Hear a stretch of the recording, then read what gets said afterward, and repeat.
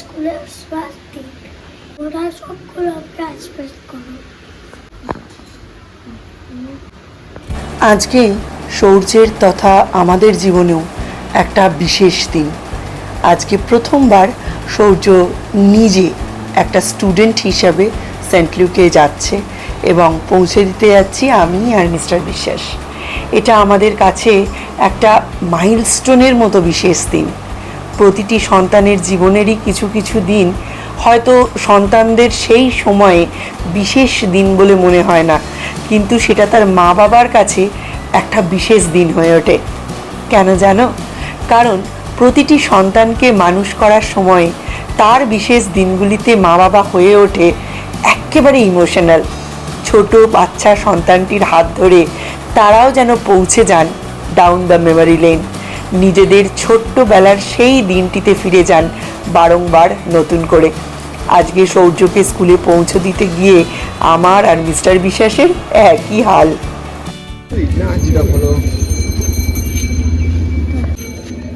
Tata tata.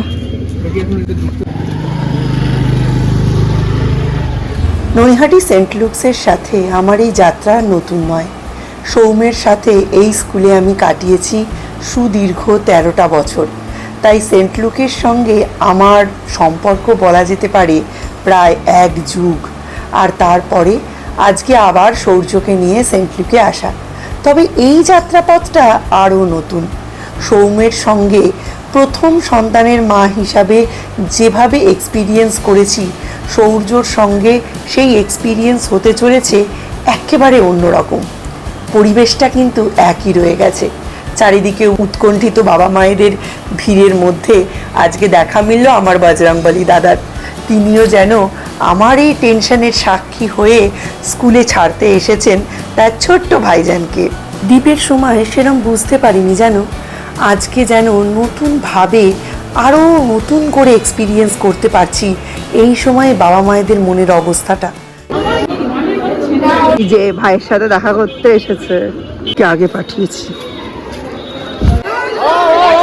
সৌম্যর পড়া শেষ ছিল 10টায়, তাই সৌম্যকে আসতে বলেছিলাম। আমি চাইছিলাম প্রথম দিন সৌর্যকে স্কুল থেকে সৌম্যই বাড়ি নিয়ে যাক, যাতে সৌম্যর জীবনেও ওর স্মৃতির খাতায় ভাইয়ের প্রথম সেন্ট লুকে থেকে বাড়ি ফেরার দিনটা নিজের সঙ্গে স্মৃতিতে ওতপ্রোতভাবে জড়িয়ে থাকে।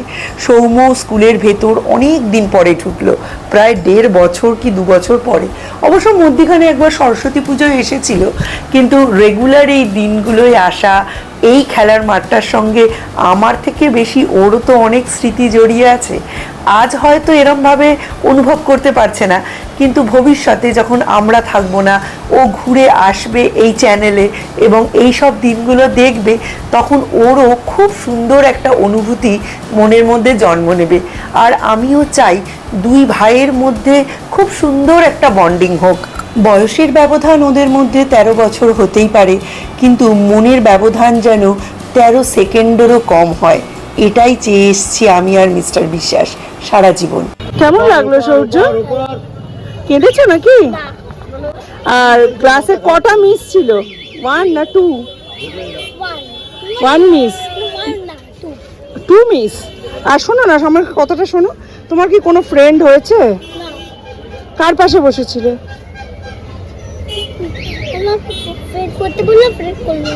ফ্রেন্ড করলো না, ও পরে ফ্রেন্ড হয়ে যাবে। আজকে আজকে কিছুই করায়নি, এবিসিডিও করায়নি, 1 2ও করায়নি, রাইমসও করায়নি। তোরা এতক্ষণ ধরে কি করলি?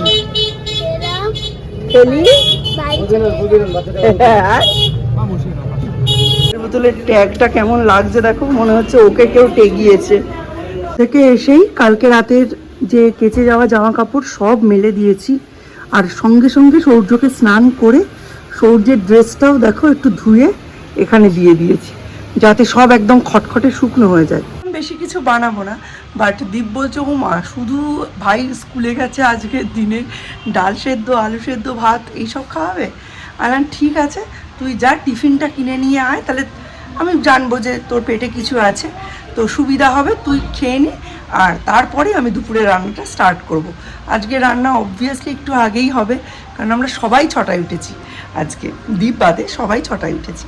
তো আজকে আমাদের মেনু হচ্ছে কি হচ্ছে, এতক্ষণ ধরে কাটলাম, সূর্যকে এসে স্নান করিয়ে দিয়েছি, এখন ভাত, ডাল, ডিমের ঝোল আর বেগুন ভাজা, আর তার সাথে হচ্ছে ভেন্ডি আলুর তরকারি পেঁয়াজ দিয়ে। তো এটাই করছি, দেখা যাক সূর্য কি করছে, চলো দেখাই তো। যেটা আমি আমার নেক্সট ভিডিওতে শেয়ার করব, ততক্ষণের জন্য একটু অপেক্ষা করো। Tata, bye bye. কি দেখছো? চিকন বান্টি। চিকু আর বান্টি কিছু কেটে নিয়েছি। দীপ সৌর্যকে আজকে একটু বাটার টোস্ট আর তার সাথে একটা ডিম সেদ্ধ আর 1 প্যাকেট বিস্কিট দিয়েছিলাম, মানে ছোট 5 টাকার প্যাকেটগুলো হয় না, ওইগুলো দিয়েছিলাম। তো সৌর্যর পেটে মোটামুটি ভর্তি আছে, সেই জন্য আমি আলাদা করে সৌর্যকে আর টিফিন করাইনি। ভাত হয়ে গেছে, জাস্ট বেগুন ভাজা আর ডিমের ঝোল এসবগুলো হয়ে গেলেই ওকে খেতে দিয়ে দেবো, তাড়াতাড়ি হয়ে যাবে, 1 ঘন্টার মধ্যে হয়ে যাবে। এখন এই 12টা সাড়ে 12টার মতো বাজে। পিসি এসেছিল ওই বজরংবলীর প্রসাদ দিতে, তা বলছে দাদার সাথে শেয়ার করে খাবো না। আমি বলেছি দাদার সঙ্গে শেয়ার করে খাবে, বলছে দাদা দুষ্টু দাদা, আমি শেয়ার করে খাবো না। আমি বলছি খবরদার নয়, সব সময় দাদার সঙ্গে শেয়ার করে খাবে। দাদা তোমার সাথে কি শেয়ার করেছে? দাদা তোমার সাথে মা শেয়ার করেছে, পৃথিবীর সব থেকে বড় জিনিস দাদা তোমার সঙ্গে শেয়ার করেছে, সুতরাং সব সময় দাদার সঙ্গে শেয়ার করে খাবে। ওই জন্য দাদাকে গেছে ওপরে প্রসাদটা দিতে, দিয়ে খায়, কিন্তু মাঝে মাঝে ওই যে মাথাটা ছোট না, একটু বিগড়ে যায়, তখন একটু শুধরে দিতে হয়। বলছে আজকে স্কুলে ড্যান্স হয়েছে, মানে গান চালিয়ে দিয়েছে, সব বাচ্চাগুলোকে বলেছে নাচো, ফার্স্ট ডে, ওই জন্য পড়াশোনার কোনো চাপ নেই। আর ওদের তো বইও দেওয়া হয়নি, শুনছি আইসিএসসি নাকি সিলেবাস চেঞ্জ হয়েছে, তো সিলেবাস চেঞ্জ হয়েছে বলে এবছর একটু দেরিতে। আমি স্যাটারডে বইটা তুলবো, স্যাটারডে সানডে মন্ডে 3 দিন বুক কাউন্টার খুলবে, সেদিন আমি বইটা তুলবো। ওদের বেশি প্রাইস নাই, 1000-1200-র মধ্যেই কমপ্লিট হয়ে যাবে। 4-5টা তো বই, খুব একটা বেশি দাম না, তবে ওই বসে মলাট দিতে হবে, নাম লিখতে হবে, ভাবছি এগুলো দ্বীপের বেলায় আমি করেছি, এইবার ওকে দিয়ে করাবো। দ্বীপের সময় খালি যাতায়াতটাই ছিল, মা ওখানে বসে থাকতো, আর মাথায় একটা কোনো চিন্তাও ছিল না, মানে কি টপিক নিয়ে চিন্তা করব সেটাও জানা ছিল না। কিন্তু সেকেন্ড বেবির ক্ষেত্রে ব্যাপারটা টোটালি উল্টো হয়, কত রকম পসিবিলিটি, প্রবাবিলিটি মাথায় ঘোরে। এই প্যান্টের চেন আটকে গেল কিনা, কাউকে কিছু বলতে পারলো কিনা, দাদার তৈরি করা সম্মানটা অক্ষুণ্ণ রাখতে পারলো কিনা, কিংবা মিসেদের সঙ্গে ভালো করে কথা বললো কিনা। দ্বীপের সময় ঢুকিয়ে দিয়েই বাড়ি চলে আসতাম, আর মা ওখানে বসে থাকতো, আর তারপরেও যতদিন ক্লাস করেছি কোনো মাথায় কোনো চাপ ছিল না, কারণ দ্বীপ কোনো কিছু আমার অবধি পৌঁছতেই দিত না। কিন্তু সৌর্যের ক্ষেত্রে ব্যাপারটা টোটালি অন্য, একেবারে হাড় পাঁজরায় তৈরি করা মানুষ, তো গায়ের সঙ্গে লেপটে লেপটে ক্যাঙ্গারু কেয়ার দিয়ে 1.5 কেজি থেকে 15 কেজির ওই জার্নি, সেটা আমি কোনোদিনও ভুলতে পারবো না। আর সেই জন্যেই হয়তো দৃষ্টিভঙ্গির এবং সন্তান মানুষ করার পদ্ধতিতে এতটা ডিফারেন্ট। এখন মনে হয় দ্বীপের কাছে হয়তো আমি খুব খারাপ মা, কালকে জিজ্ঞাসা করছিলাম কিন্তু কোনো উত্তর দিল না, মানে ও অ্যাকচুয়ালি সব ঝড়ঝাপটা নিজের ওপর নিতেই অভ্যস্ত, ও বাইরে আমাকে কিছুই বলে না। আমি বলা যাও সৌর্যর সঙ্গে সব কিছু নতুন করে শিখছি, দ্বীপের কাছ থেকে তেমন কিছুই আমার উপর চাপ আসেনি। মানে লোকের হয় না খুব পাপা কি পারি, আমি যেমন ওদিকে পাপা কি পারি ছিলাম, এখানে এসেও মিস্টার বিশেষ খুব প্যাম্পার করে রাখেন, এবং দ্বীপের কাছেও আমি খুব প্যাম্পার্ড মাদার। টিফিন দিলে না দিও না, খেতে দিলে না দিও না, স্কুলের কোনোদিন আমায় কপিতে কোনো কিছু লিখতে হয়নি, কোনো কিছুর ব্যাপারে নাক গলাতে হয়নি। মা কীরকম হয় সেটা হওয়া কিন্তু শিখেছি সৌর্যের সময় থেকেই। দ্বীপের আমি অনেকটা বন্ধু টাইপ, হ্যাঁ, দ্বীপও আমার কাছ থেকে এক্সপেক্ট করে না, কিংবা হয়তো করে আমি জানিও না সেরমভাবে, কিন্তু সৌর্য কিন্তু প্রতিটা স্টেপ বাই ক্ষেত্রে আমি নিজেই অসাধারণ মানে উদ্বেগে থাকি। সেকেন্ড ইস্যু আর ফার্স্ট ইস্যুর মধ্যে অনেক তফাৎ গাইজ, মানে সেটা বলে বোঝানো যাবে না। হয় মানে সেকেন্ড ইস্যুরা না অনেক বেশি প্যাম্পার্ড, অনেক বেশি কেয়ার করা হয় তাদের, আর আমরা শিখি এই প্যাম্পারনেস কেয়ার করা, এটা কিন্তু ফার্স্ট ইস্যুর থেকে। তাদের বেলায় আমরা সমস্ত কিছু অতটা হয়তো গুছিয়ে রাখতে পারি না যতটা সেকেন্ড ইস্যুর ক্ষেত্রে রাখি। সেই কারণেই আমি সব সময় সৌর্যকে এটা শেখাই, দাদার সাথে সব সময় সব কিছু ভাগ করে নেবে, বাবার পরেই যদি কারো স্থান থাকে সেটা দাদার, কারণ দাদা তোমার সঙ্গে তার মা বাবাকে শেয়ার করেছে। পৃথিবীর সব থেকে বড় সম্পদ একটা বড় দাদা বা দিদি তার ছোট ভাই বা বোন, পৃথিবীর সব থেকে বড় সম্পদ একজন দাদা বা দিদি তার কনিষ্ঠ ভাই বা বোনের সঙ্গে শেয়ার করে। সেটা হচ্ছে তার নিজের বাবা মা, তার আদর, তার যত্ন, তার এই চোখে পলকে তার ভালোবাসাটা একদম ভাগাভাগি হয়ে যায়। এটা অনেক বড় দান।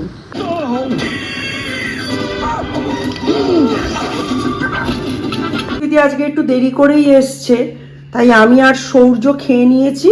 আর এইখানে সৌম্যর খাবারটা ঢাকা দিয়ে রেখেছি। দেখো এসে কত কিছু রান্না করেছি, এক পদ দুপদ করে। এখানে ডাল, সুন্দরী ডাটা দিয়ে ডাল, এখানে ডিমের ঝোল, আলু ভেন্ডির তরকারি, বেগুন ভাজা, ভাত। এর থেকে বাবা বেশি কিছু আমি করতে পারবো না, ঠিক আছে? আর এখন ঘড়িতে বাজে 2:10। এখন আমার শাটার ডাউন, রান্নাঘর বন্ধ, মানে জিনিয়ার হোটেল বন্ধ। চলো। দীপ তো এখন একটু আগেই 11:30 12টা নাগাদ কচুরি খেলো। দীপ এখন আর খাবে না। আমি বললো আমার খাবারটা বেড়ে চাপা দিয়ে রাখো, আমি 2:30 3:45 নাগাদ খাবো। এখন 2:20 বাজে, আমার হোটেল বন্ধ হয়ে গেল, শাটার নেমে গেল। ভগবান, সন্ধে হয়ে গেল, তুলতে হবে এগুলো। জামা কাপড়ে পুরো চাপা পড়ে গেছি। বাপ রে বাপ, বাইরে যা মশা না, মনে হচ্ছে তুলে সোজা মন্দারমণি তাজপুরে নিয়ে গিয়ে ফেলবে। আর এত জামা কাপড় সব কাঁচা হয়েছে, এগুলো ভাঁজ করবো, তবে তার আগে গা ধুয়ে একটু সন্ধ্যেটা দিয়ে আসি। বাপরে বাপ, সূর্য উঠে গেলে এগুলো আর হবে না, পড়তে বসাতে হবে। আর এখন না টিফিন দিচ্ছি না, খুব তাড়াতাড়ি আর্লি ডিনার করিয়ে শুইয়ে না দিলে অত সকালে ওঠাটা একদম পসিবল হচ্ছে না। আর কন্টিনিউয়াস মেসেজ আসছে, বুক কাউন্টার কবে হবে, কটা থেকে হবে, সেই দিন কী কী ডকুমেন্টস ক্যারি করতে হবে। তো চলো এগুলো, বাবা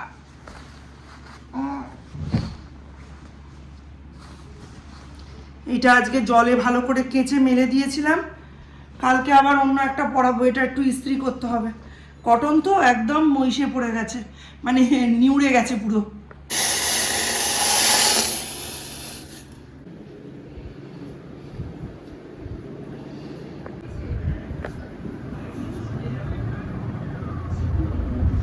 করতে দেয় 50, 50, 51, 51, 52, 52, 53, 53, 54, 54, 55, 56, 56, 57, 57, 58। 58. মিস্টার বিশ্বাস এসে গেছেন অনেকক্ষণ। আমার এদিকে রান্না চেপেছে, আজকে এমন দেরি হয়েছে।